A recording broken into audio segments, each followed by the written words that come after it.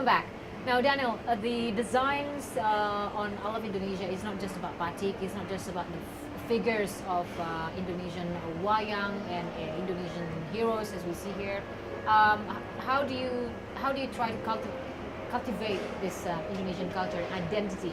What through any other perhaps icons that you're Right.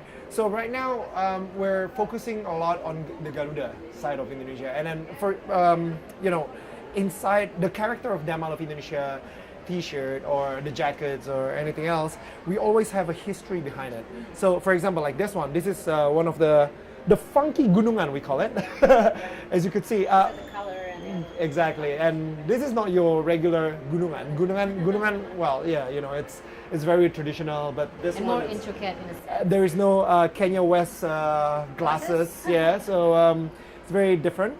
And inside it, we still tell them a little bit about what gunungan is all about. So we write down. Well, I wrote down the whole history here, doing my research and everything. And there's an aspect, there's an education aspect in your products as well. Exactly. So reason being is like, turns out before when I first started Damal of Indonesia, one of my friend was wearing this wayang Petruk shirt, and he was in Vietnam, and somebody said like, dude, that is such a cool design. What is that? Oh, it's Petruk. What is Petruk? He was speechless. He was like, oh, Daniel, if only your shirt has cheat notes. And I thought, aha. That's how it came about. Exactly, and suddenly like, now we have cheat notes, so then he could excuse himself, go to the bathroom and read down exactly, read a little bit about Petruk, and then came back and said, oh, you were asking me about Petruk, right? And he could, explain neatly. And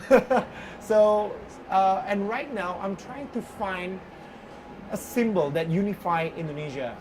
Red and white, it's not, I think it's, the Indonesian flag, but I guess it's not as strong because red and white could still be a Japanese flag, for example, or Poland, So what is a very iconic Indonesian icon, what is an Indonesian icon that people could create an Indonesian character out of it?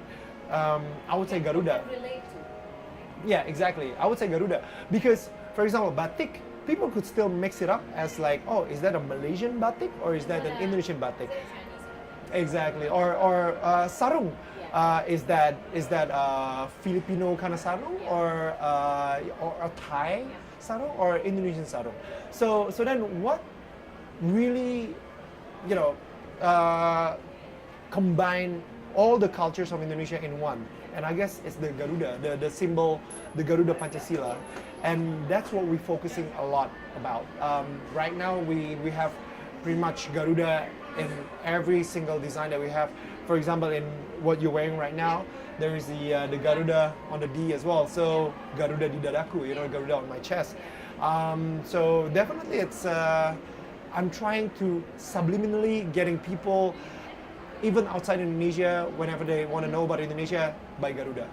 A very subtle inception of how Indonesia can be identified through this. Here's the ironic thing. Okay, the challenge is... No, the ironic thing. Okay.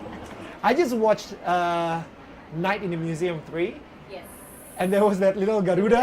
Exactly. I was like... It wasn't very majestic, was it? No, and it was... it wasn't a representation. It was a Thailand version of... Exactly. Yeah. Very cute. And I was like, oh man. So yeah, that kind of sucked. I have to think about something else now.